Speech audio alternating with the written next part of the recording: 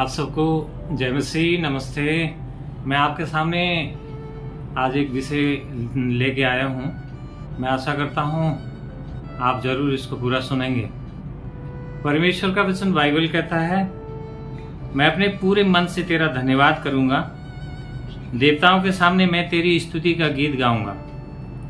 मैं तेरे पवित्र मंदिर की ओर दंडवत करूँगा और तेरी करुणा और तेरी सच्चाई के कारण तेरे नाम का धन्यवाद करूँगा, क्योंकि तूने अपने वचन को अपने नाम से अधिक महान किया है। जिस दिन मैंने तुझे पुकारा तूने मुझे उत्तर दिया, तूने मुझे शक्ति देकर मेरा साहस बढ़ाया। परमेश्वर का दास दाऊद यहाँ पे पहले पद में कहता है कि मैं धन्यवाद करूँगा, और दूसरे पद से वो धन्यवाद क्यों करूँगा उस विषय को बताता है, क्यों धन्यवाद करना है। इसमें वो लिखता है, मैं पूरे मन से धन्यवाद करूँगा और तेरी स्तुति गाऊंगा और तेरे पवित्र मंदिर की ओर दंडवत करूंगा। और आगे जाके वो कहता है कि धन्यवाद क्यों करना है, what is the reason behind the thanks giving, क्योंकि तेरी करुणा और तेरी सच्चाई के कारण तेरे नाम का धन्यवाद करूंगा। यहाँ पे रीजन, कारण बताता है मैं धन्यवाद क्यों करूंगा। मित्रों, हमारे जीवन में भी बहुत से समय परमेश्वर के धन्यवाद करने के बहुत से विषय होते हैं, क्योंकि मैं मेरे जीवन की एक घटना बताता हूँ गवाही के रूप में। मैं 2004 में 2004 में मेरी पोस्टिंग कश्मीर में थी। उस समय मैं वहाँ से छुट्टी के लिए, हम लोग हमारी यूनिट से 3 लोग छुट्टी आ रहे थे। हम कन्वई में जैसे जम्मू आ रहे थे, तो जम्मू से हमें ट्रेन पकड़ना था। तो अपनी कन्वई की गाड़ी में तीनों दोस्तों ने, फ्रेंड ने, हमने क्या सलाह किया कि जम्मू में स्टेशन में पहुँचने के बाद हम लोग क्या करेंगे, कुछ बच्चों के लिए अखरोट, बादाम और कुछ खरीद के ले जाएंगे। जैसे ही हम कन्वई ने हमें रेलवे स्टेशन जम्मू तभी में पहुंचा है शाम को, तो मेरे मन में ये बातें आने लगी कि तू मत रुक और तू अभी चला जा। 7 बजे ट्रेन थी, उस ट्रेन में चला जा। अंदर से बार बार ये विषय मेरे मन में आता रहा। और मैंने मेरे उन कलीग्स को मैंने कहा, आप मेरी मदद करो, क्योंकि 7 बजे ट्रेन है, मैं चला जाना चाहता हूँ। उन्होंने कहा कि क्या हो गया, आप तो अभी अखरोट, बादाम और कुछ खरीद के बच्चों को लिए ले जाना चाह रहे थे, अभी स्टेशन में पहुँचते आपको क्या हो गया। मैंने कहा नहीं, ऐसी बात नहीं है, मेरे मन में बार बार एक बात आ रहा है कि तुम मत रुक और चला जा। अंदर से मेरे एक आवाज़ आ रही थी। तो उन्होंने कहा ठीक है। एक व्यक्ति वहीं सामान के पास खड़ा रहा और दूसरा मेरे साथ आके मेरे बिस्तर और अटैची को लेके स्टेशन में, उस प्लेटफॉर्म में ट्रेन में चढ़ाने में मेरी मदद के लिए आया। और जैसे ही हम उस ट्रेन में पहुंचे और ट्रेन में जैसे बिस्तर और अटैची अंदर उन्होंने मुझे धकला तो ट्रेन चल पड़ी। तो मुझे भी समझ नहीं आ रहा था कि ये सब क्या हो रहा है, मैं क्यों इतना जल्दीबाजी में मैंने ये सब स्टेप लिया। लेकिन प्रभु का शुक्र है, हमारे पास रेलवे रिजर्वेशन के लिए वारंट तो मिलता था, लेकिन हम उन वारंटों को भी तुड़वा करके रिजर्वेशन करने का भी हमारे पास समय नहीं था। जैसे मैं अंदर गया, मैं किनारे में बैठ गया। उसमें एक व्यक्ति, एयरफोर्स का एक जवान था, उसने मुझे कहा कि भाई साहब आपके पास रिजर्वेशन नहीं है। मैंने कहा सॉरी, मेरे पास तो रिजर्वेशन नहीं है, ऐसे धक्के खा के ही जाना होगा। उसने मुझे कहा कि मेरे पास एक सीट है, क्योंकि मैंने अपनी मदर्स के लिए भी, मम्मी के लिए भी मैंने टिकट बुक कराया था, लेकिन किसी कारणवश वो आ नहीं पाई, तो वो टिकट कैंसिल कराने का मेरे पास समय नहीं था। वो टिकट है मेरे पास, आप इस मेरे बर्थ में सो सकते हो। मैंने प्रभु का धन्यवाद किया और उस सीट में मैं जाके सो गया। और आपको पता है, सुबह से हम लोग थके हुए, कन्वई का सफ़र कश्मीर से जम्मू आने तक, शरीर पूरा टूटा हुआ था, और हम उस सीट में जाके सो गए और अच्छी तरह से हमें रात में नींद आई। और सुबह जैसे जगह फ्रेश होके जब मैं आया, तो मैं लोगों की बातें सुनने लगा कि लोग कह रहे हैं कि जम्मू के रेलवे स्टेशन में मिलिटेंटों के द्वारा फायर किया गया और बहुत से लोग मारे गए। मैं ये घटना को सुन के मैंने कहा क्या बात है। उन्होंने कहा देखो न्यूज़पेपर में आया है और बहुत बड़ा एक घटना जम्मू रेलवे स्टेशन पे हो गया। मैं ये घटना को सुन के मेरे हृदय में परमेश्वर यीशु मसीह के प्रति एक धन्यवाद का हृदय आया मैं अब उस सीट में बैठ के मैं प्रभु को चरणों में धन्यवाद के आंसू में रो रहा था उस समय। प्रभु धन्यवाद। मैं नहीं जानता था कि उन मेरे दोस्तों का क्या हुआ या क्या नहीं, क्योंकि उन दिनों में हमारे पास आज की तरह सेल फोन वगैरह होते नहीं थे। लेकिन प्रभु का शुक्र है, उसने मुझे वहाँ से उस दिन वहाँ निकाला और मुझे सही सलामत ले गया।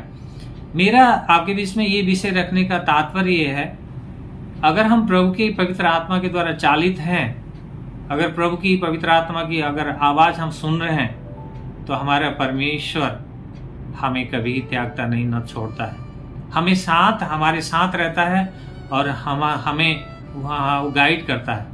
क्योंकि जैसे अभी हमने इस भजन में देखा कि भजनकार दाऊद कहता है, मैं प्रभु तेरी धन्यवाद करूँगा। क्यों धन्यवाद करूँगा? क्योंकि परमेश्वर की उन भलाइयों को देखे, परमेश्वर के उन उपकारों को देखे।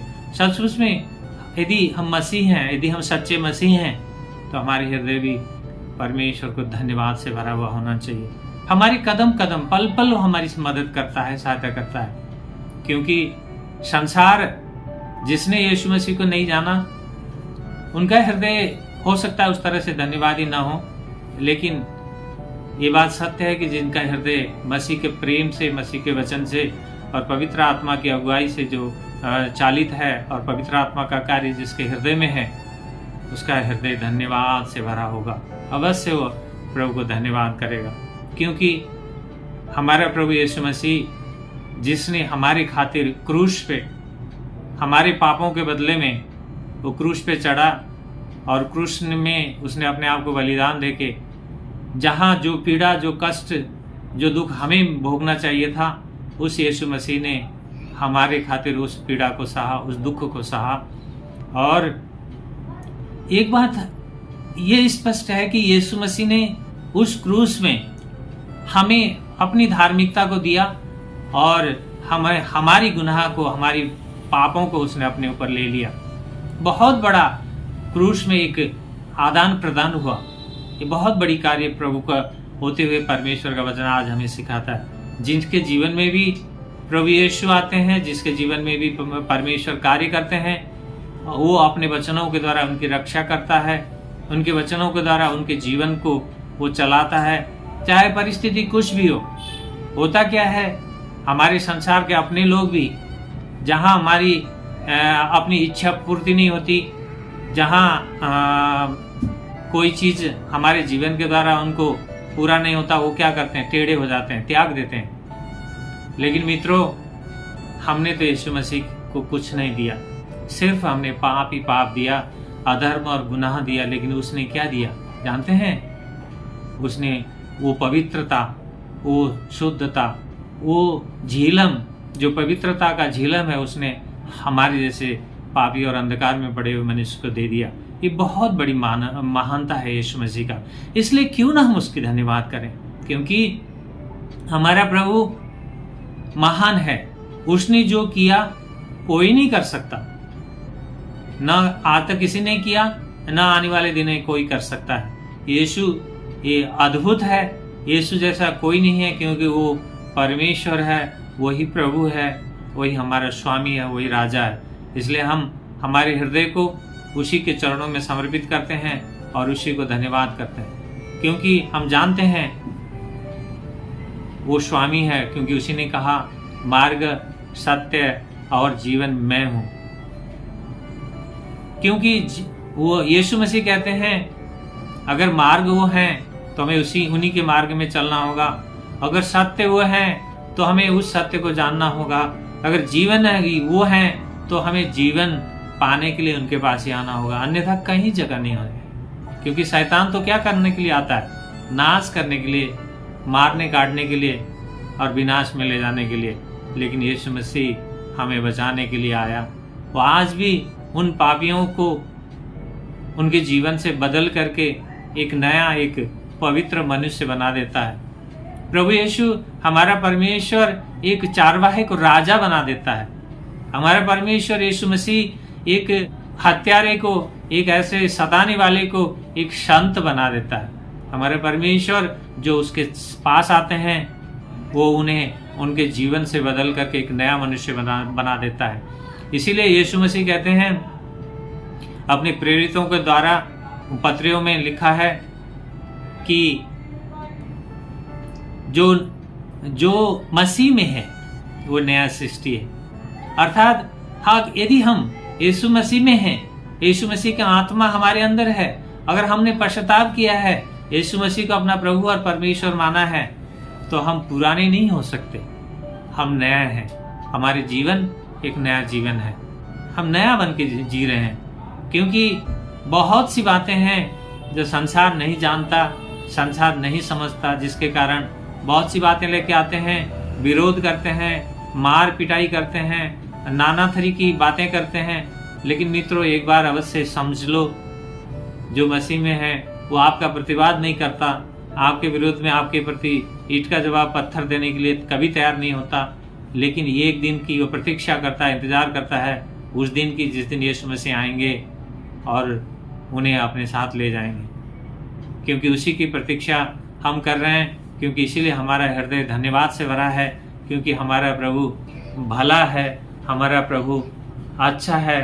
क्योंकि उसी की भलाई के कारण मेरे जैसा निर्बुद्धियों को, मेरे जैसा पाखंडी को, मेरे जैसे पापी को उसने अपना अनुयायी बना दिया, उसने अपना बेटा कहा। इससे बढ़कर मेरे लिए और क्या चाहिए। यीशु मसीह कहते हैं कि तुम्हारे सारे पाप क्षमा हुए।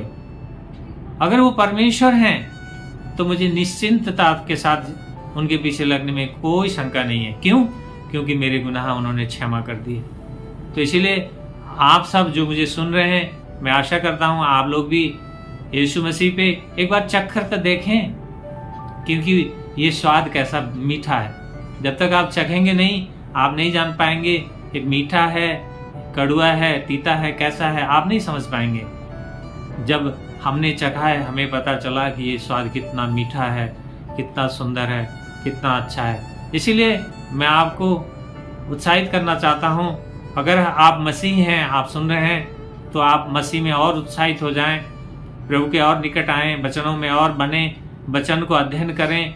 परमेश्वर का वचन मार्गदर्शन करता है, परमेश्वर का वचन ही हमारे जीवन का आधार है। अगर आप मसीह नहीं है, आपने प्रभु यीशु को नहीं जाना है, तो मैं आशा करता हूँ आप उसको चरणों में एक बार आके देखो, यीशु को एक बार सच्चे हृदय से पुकार करके देखो, तब आप जान पाएंगे कि वो कितना भला है। धन्यवाद। जय मसीह की। नमस्ते।